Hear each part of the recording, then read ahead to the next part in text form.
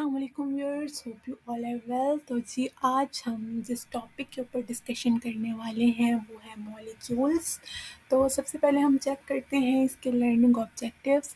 पहले हम मॉलिक्यूल्स की डेफिनेशन को स्टडी करेंगे, उसके बाद हम टाइप्स ऑफ मॉलिक्यूल्स को स्टडी करेंगे जो कि नंबर ऑफ एटम्स पे डिपेंड करती हैं, और फिर हम टाइप्स ऑफ मॉलिक्यूल्स को डिस्कस करेंगे जो कि टाइप्स ऑफ एटम्स पे डिपेंड करती हैं।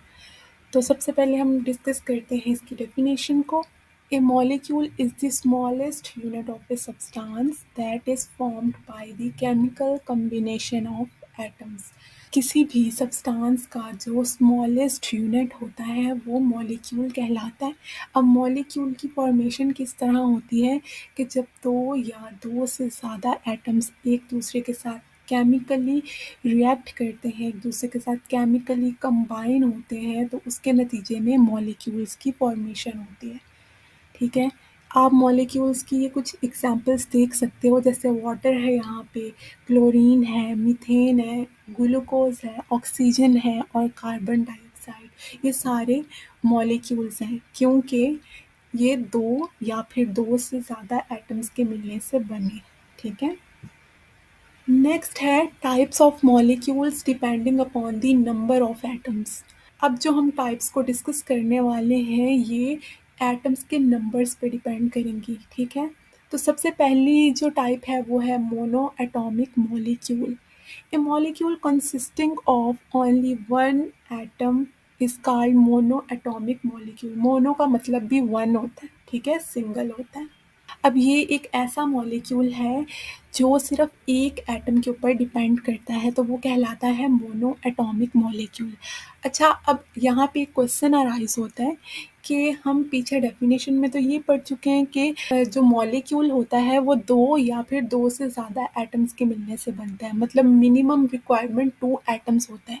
लेकिन इससे जो पिछली वीडियो थी हम उसमें डिस्कस कर चुके हैं कि एक ऐसा एक्सेप्शनल केस होता है मॉलिक्यूल्स का जिसके अंदर एक एटम यूज होता है, और वो कौन सा केस होता है, वो नोबल गैसेस का केस होता है। ठीक है, मतलब नोबल गैसेस भी मॉलिक्यूल्स हैं। ये एक ऐसी कैटेगरी है जिसके अंदर सिर्फ वन एटम यूज होता है। ठीक है, जैसे यहाँ पे हीलियम हो गया, आर्गन हो गया, जीनोन, रेडॉन, क्रिप्टॉन और नियोन। ठीक है, नेक्स्ट है डाई एटॉमिक मॉलिक्यूल। यहाँ पे डाई का मतलब होता है टू। तो अब इसकी डेफिनेशन देखते हैं। A molecule consisting of two atoms is called diatomic molecules. वो मॉलिक्यूल जो दो एटम्स पे कंसिस्ट होता है वो कहलाता है डाई एटॉमिक मॉलिक्यूल। अब इसकी साइड पे आप एग्जांपल्स देखें, जैसे क्लोरीन के दो एटम्स हैं, हाइड्रोजन के दो एटम्स हैं, ऑक्सीजन के दो एटम्स हैं और HCl, एक हाइड्रोजन और एक क्लोरीन, इसमें भी दो एटम्स यूज हुए। तो ये डाई एटॉमिक मॉलिक्यूल की एग्जांपल्स हैं। नेक्स्ट है ट्राई एटॉमिक मॉलिक्यूल। अब ट्राई का मतलब होता है three. A molecule consisting of three atoms is called try atomic molecules. ऐसा मॉलिक्यूल जो तीन एटम्स के मिलने से बना हो वो कहलाता है ट्राई एटॉमिक मॉलिक्यूल। अब इसके एग्जाम्पल में वाटर आ जाता है, मतलब वाटर में दो हाइड्रोजन के और एक ऑक्सीजन का, तीन एटम्स हो गए, तो ये ट्राई एटॉमिक मॉलिक्यूल हो गया। और इसी तरह कार्बन डाइऑक्साइड, इसमें एक एटम कार्बन का है और दो एटम्स ऑक्सीजन के हैं, तो ये भी थ्री हो गए। अब नेक्स्ट है पॉली एटॉमिक मॉलिक्यूल। पॉली का मतलब होता है मैनी। ठीक है, अब यहाँ पे इसकी डेफिनेशन है, if the molecule consist of many atoms it is called poly atomic molecule. एक ऐसा मॉलिक्यूल जो बहुत से एटम्स पे डिपेंड करता हो, बहुत से एटम से मिलकर बना हो, वो कहलाता है पॉली एटॉमिक मॉलिक्यूल। ठीक है, अब यहाँ पे आप मीथेन देखें, मीथेन के अंदर 5 एटम्स यूज हुए हैं, सल्फ्यूरिक एसिड में 7 एटम्स यूज हुए हैं, ग्लूकोज में 24 एटम्स इसमें यूज हुए हैं। ठीक है, तो ये पॉली एटॉमिक मॉलिक्यूल्स की एग्जांपल्स हैं।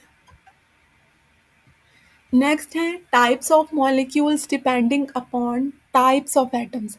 अब हम उन मॉलिक्यूल्स की उन टाइप्स को स्टडी करेंगे जो एटम्स की टाइप्स पे डिपेंड करती हैं। पहली नंबर की बेस पे थी, ठीक है, जैसे 1 था, 2, 3 और एंड मैनी। अब यहाँ पे टाइप्स को देखेंगे हम। पहली है होमो एटॉमिक मॉलिक्यूल। होमो का मतलब क्या होता है? Same. A molecule consisting of same type of atoms is called homo atomic molecule. वो मॉलिक्यूल जो एक तरह के, एक ही टाइप के जो एटम्स हैं उन पे डिपेंड करता हो, उन पे कंसिस्ट करता हो, उन पे मुश्तमिल हो, वो कहलाता है होमो एटॉमिक मॉलिक्यूल। जैसे यहाँ पे हाइड्रोजन के 2 एटम्स यहाँ पे यूज़ हुए हुए हैं, ठीक है, मतलब सेम टाइप ऑफ एटम्स हैं 2 हाइड्रोजन के। इसी तरह ऑक्सीजन के 3, ये ओज़ोन है, ठीक है, मतलब 3 एटम्स यूज़ हुए हुए हैं लेकिन एक तरह के ही हैं। ऐसे ही सल्फ़र के 5 एटम्स यूज़ हुए हुए हैं, सेम टाइप के हैं।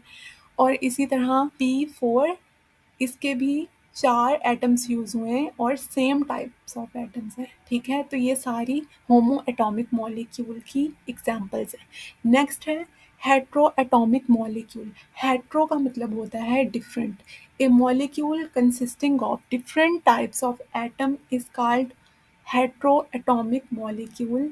एक ऐसा मॉलिक्यूल जो एटम्स की डिफरेंट टाइप्स पे डिपेंड करता हो, वो कहलाता है हेट्रो एटॉमिक मॉलिक्यूल। मिसाल के तौर पे जैसे वाटर, वाटर के अंदर बेशक हाइड्रोजन के 2 एटम्स हैं लेकिन ऑक्सीजन का लग गया तो different types of atoms use हो गए एक मॉलिक्यूल को बनाने के लिए। इसी तरह कार्बन डाइऑक्साइड में 2 डिफरेंट एटम्स का यूज़ हुआ है, ठीक है। 3 एटम्स टोटल यूज़ हुए हैं जिनमें से 2 सेम हैं और 1 डिफरेंट एटम यूज़ हुआ है। इसी तरह आगे है अमोनियम, तो टोटल 5 एटम्स यूज़ हुए हैं, तो ये इसमें भी 2 डिफरेंट एटम्स का यूज़ है। तो ये सारी एग्जांपल्स हैं हेट्रो एटॉमिक मॉलिक्यूल की। होप सो आपको मेरी वीडियो अच्छी लगी होगी, आपको समझ आई होगी। आज के लिए इतना ही है। अल्लाह हाफ़िज़।